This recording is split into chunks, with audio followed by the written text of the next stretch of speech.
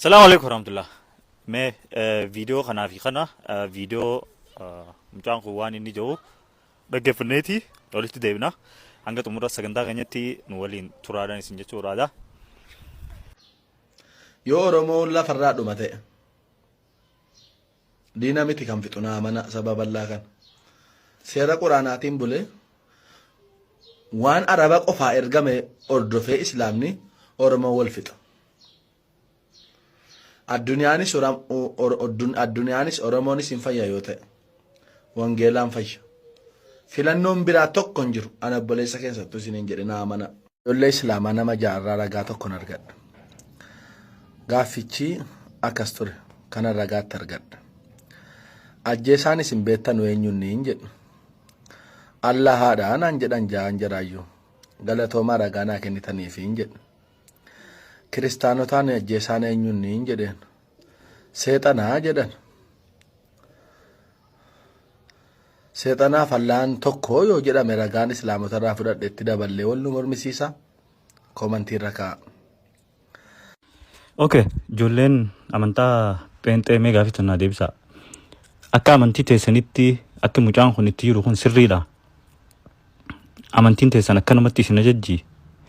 Akka feetanitti amantii namaa arrabsaa amantii islaamaa akkatti qushaashessaa akka feetan godhaadhaa isin jetti. Yoo kana isin ajajjine ta'e maaliif mucaa kanaan namni sammuun yookiin umriin guddaadhaa gabbahee gad dhaabbadhuu likkiin jirtuu sirrii hin goone amantii namarraa gad dhaabbadhuu maaliif je'uunii daddabdan maaliif teessanii itti ilaaltan. Yeroo hedduu irra deddeebi'ee eefaa amantii tana gadhiisee quraana Allahan keessan nama ajjeesaadha quraanni keessan nama ajjeesaa jaa akkana jeetii dubbachuu ture.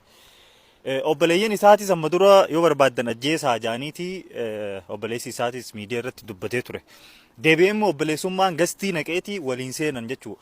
Obboleessi silaa waan kana kagodhu ta'ee deebi'ee mucuma kanaa biloog godhee yoo ka dhugaan itti aaru ta'e obboleessa dhugaa ta'e biloog godhee firraa fageessuu ni danda'a ture. Garuu gastii ol naqeetii hojii taa'ee sagantaas maaliis waan hunda wajjin godha jechuudha. Siigalee wanni kuni yoo dhaabuu danda'an dhaabsisuu numa danda'an ture. Garuu dhaabsisuu hin dandeenye obboleeyyanuu. Deebi'ee immoo obboleeyyan muslimaa kaan yeroon fi ati si ajjeesuun sirratti haqaa ati mushrika maal jaaniin gastii namaa seenee haga san irraa waraabbatee deebi'ee aguma kana gadhiisaa jechuudha. Maal jechuu barbaadeeti obboleessa kiyya an dhimma dhuunfaa akka dhuunfattis attaaksi godhuun barbaadu akka dhuunfattis dhimma sirraan qabu akka dhuunfattis tuquu hin danda'u. Immoo dhimma quraanaatii fi dhimma Allah dhimma nabiyyi keenya sallallahu alaihi wasallam irra deddeebitee jecha fokkotaa fi waan fokkotaan akkanatti yoo hagootu ta'e fuuldura kan keewwanni sirra goo waan gaariidha jee yaadu atilleen ni beeyta haguma yeroo fi namootuma amma siin marse kanaa jetteeti malee wanni as keessaa onnee keessaa namni nabiyyi rasul sallallahu alaihi wasallam akkaan jaalatu ni jira. Namni kararratti si ergee waan barbaade si godhu namni itti gaafatamu hin jiru.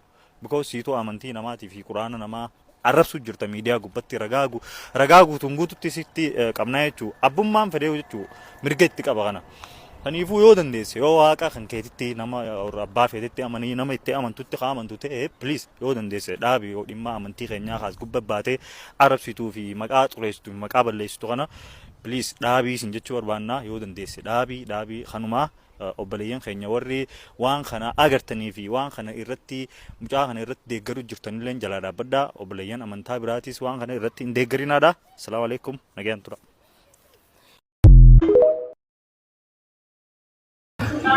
Akkam jirtu ustaaza nagaa jirtanii akkam nagaan Yesuus Kiristoos hunda keessaniif haa ta'u.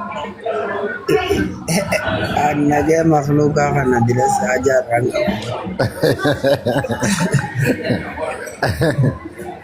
Waca wayii keessan jira sagaleen na biraa isin jeequu danda'a.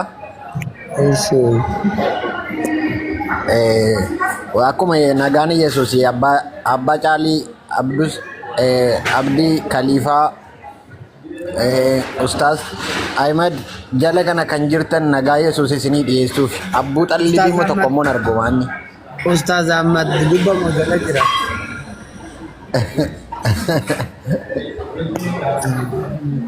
Kan maqaan kiyya kun isinii hojii rakkatee jiru.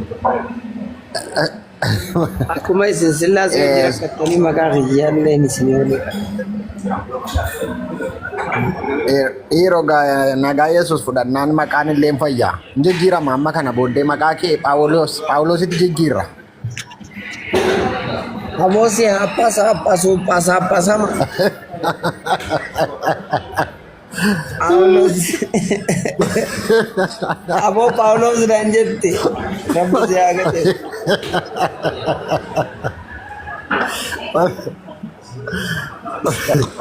Abo mana rifachista abo makana.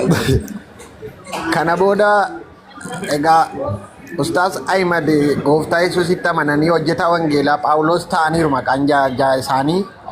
Akkanaaf beekaa warri jala kana jirtan. Kana dhagaa Yo yaadatti shada qabadha. kafira nakabsifte shada nakabsifte shada kristana. Shaada kiristaanaa gaati kunoo wangeelaa namicha jalaa iyyuu tiksii fite jetteeti sagalee dudubbistee.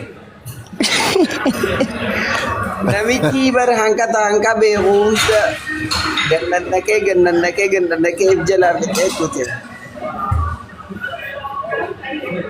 Armaan booda bakka dubbistan wanta marayyuu amanuudha shaadaa kiristaanaa bakka Yesuus gooftaadha jedha. Harka ol kaasaa Ustaaz Ahmad.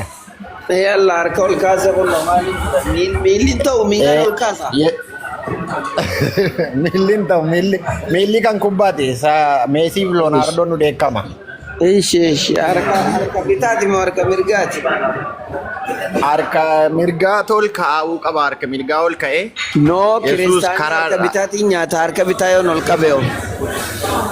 dhiiroo akkam harka bitaatiin kiristaanii nyaatu hin jiru hin argine. Ni bitumaa nyaatee bitaan dhuga kiristaanii tokko kan mirgaa nyaatu.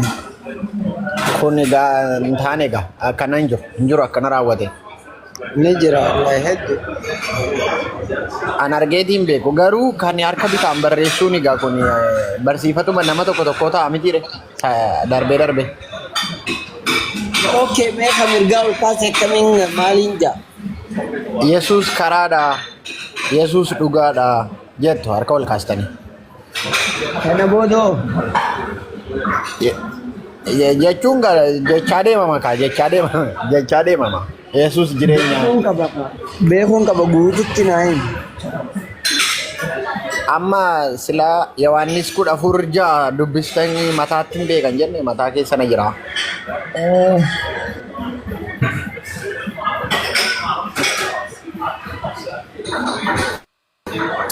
Amma sagaleen na biraa isin jeeqaa jira taanaan ani muutiin godha. Bakka dubbiif tolu hin jiru.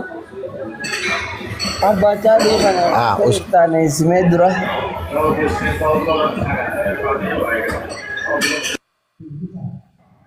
Tole. Abbaa caalii.